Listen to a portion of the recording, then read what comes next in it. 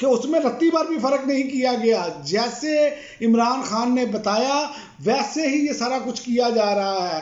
اور دوسری جانب آپ یہ دیکھیں کہ پی ٹی آئی سمیت کسی سیاسی جماعت کو انتخابات سے محروم نہ کریں الیکشن کمیشن، اور الیکشن کمیشن کی یہ سرپرستی میں سارا کچھ ہو رہا ہے. اور اب یہ کہا جا رہا ہے کہ محروم نہ کیا جائے. الیکشن کمیشن نے حکم نامہ جاری کر دیا اور یہ خود بیٹھے ہیں بڑے پرسکون طریقے سے. کوئی لیول پلینگ فیلڈ نہیں مل رہی. پولیس جیسے چاہ رہی ہے گھسیٹ رہی ہے، آر اوز جیسے چاہ رہے ہیں سہولت کاری کر رہے ہیں.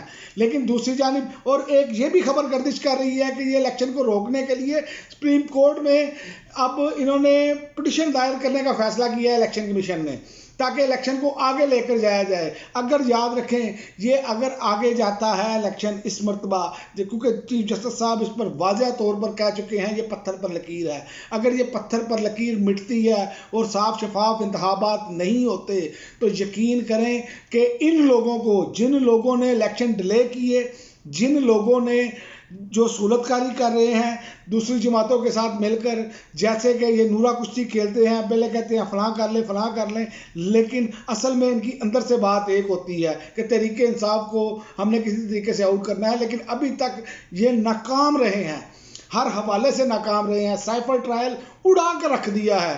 سب کچھ عمران خان ہر چیز سے بری ہوتے ہوئے نظر آ رہے ہیں.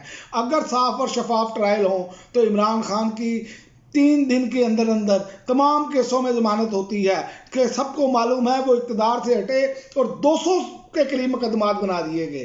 تو یہ ہماری ایک بدقسمتی ہے. لیکن میں آپ کو ایک اور بات بتاؤں، یہ کہہ رہے ہیں نا سب اچھا ہے سب اچھا ہے. یہ عالمی بینک کی آج کی رپورٹ ہے کہ پاکستان کا معاشی ماڈل نکارا ہو چکا ہے، اشرافیہ تک محدود ہے. یہ عالمی بینک نے آئی رپورٹ جاری کی ہے اور انہوں نے یو این ڈی پی کی حالیہ پبلیکیشنز میں شائع ہونے والے اپنے آرٹیکل میں یہ انکشاف کیا ہے. عالمی بینک کے کنٹری ڈائریکٹر ناجی بن حسین نے کہا ہے کہ معاشی ترقی کے فوائد اشرافیہ تک محدود ہیں. پاکستان اپنے ساتھی ملکوں سے پیچھے رہ گیا ہے. یہی پاکستان سب سے آگے جا رہا تھا. یہ آپ کے سامنے ہے. ماضی میں غربت کی خاطر خواہ کمی ہوئی مگر غربت دوبارہ سر اٹھا رہی ہے. یہ کون کر رہا ہے تصدیق؟ عالمی بینک تصدیق کر رہا ہے. یہ ہم نہیں تصدیق کر رہے کہ یہ کہتے تھے عمران خان نے ملک کا ستیہ ناش کر دیا. یہ 2 سالوں میں پاکستانیوں انہوں نے جو برکس نکالا ہے اس قوم کا، اس پاکستان کا، آپ لوگ اپنے ووٹ کی طاقت کے ذریعے ان کو نشان عبرت نہ بنائیں تو پھر اللہ ہی حافظ ہے، پھر اور کچھ نہیں ہو سکتا. اللہ تعالیٰ ان لوگوں کی مدد کرتا ہے جو اپنی مدد کے لیے اٹھتے ہیں، کوشش کرتے ہیں، یاد رکھیں.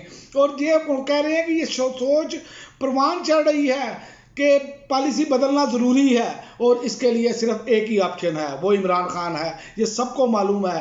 انہوں نے کہا کہ پاکستان ماحولیاتی تبدیلیوں کی زد میں ہے، زرعی اور توانائی شعبوں کی خرابیاں دور کی جائیں، توانائی اور ریفارم کی محور مالی استحکام ہو، بہتر تقسیم اور نجی شعبہ اور مہنگی کی بجائے متبادل بجلی بنانے پر توجہ دی جائے. یہاں روز بجلی کے ریٹ بڑھا دیے جاتے ہیں، روز گیس کے ریٹ بڑھا دیے جاتے ہیں.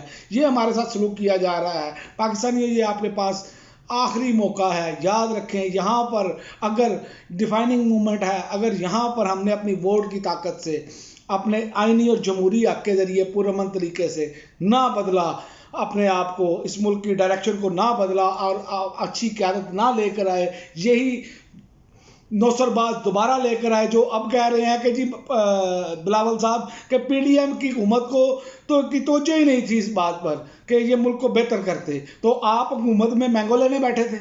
آپ کیا لینے بیٹھے تھے؟ سارے آئینی عہدے آپ نے لیے رکھے اور اب آپ کہہ رہے ہیں کہ نہیں، اس جرم میں یہ ساری کی ساری جماعتیں برابر کی شریک ہیں.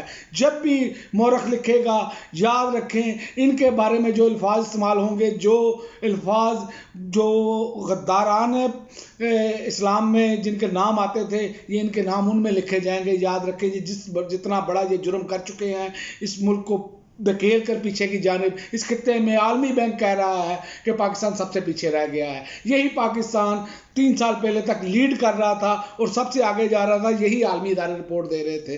لہذا سچ، ہمیشہ سچ کو کسی دلیل کی ضرورت نہیں پڑتی. سچ کا مطلب ہی یہ ہے کہ سچ خود بخود سامنے آ جاتا ہے. جھوٹ آپ 100 دلیلیں دیں پھر ہمیشہ جھوٹ ہی رہتا ہے. یاد رکھیں اللہ تعالیٰ ہمیشہ حق اور سچ کی فتح دیتا ہے. اور یاد رکھیں جیسے آپ ڈٹ کر کھڑے ہیں انشاءاللہ تعالیٰ فتح آپ ہی کی ہوگی، پاکستان کی ہوگی. یہ پاکستان آگے بڑھے گا اور جتنے بھی یہ لوگ پاکستان کو نقصان پہنچانے والے ہیں یہ سب اپنے انجام کو پہنچتے ہوئے آپ کو آئندہ آنے والے دنوں میں نظر آئیں گے. لیکن یہ آخر میں کوشش ضرور کریں گے آپ کو مایوس کرنے کی. آپ نے مایوس نہیں ہونا، آپ نے اپنے رب پر بھروسہ رکھنا ہے اور اپنے ووٹ کی طاقت اور پرامن طریقے سے اپنے ووٹ کی حفاظت کرنی آپ کی ذمہ داری ہے. اب تک کے لیے ناظرین اتنا ہی، اجازت دیجیے. اللہ حافظ.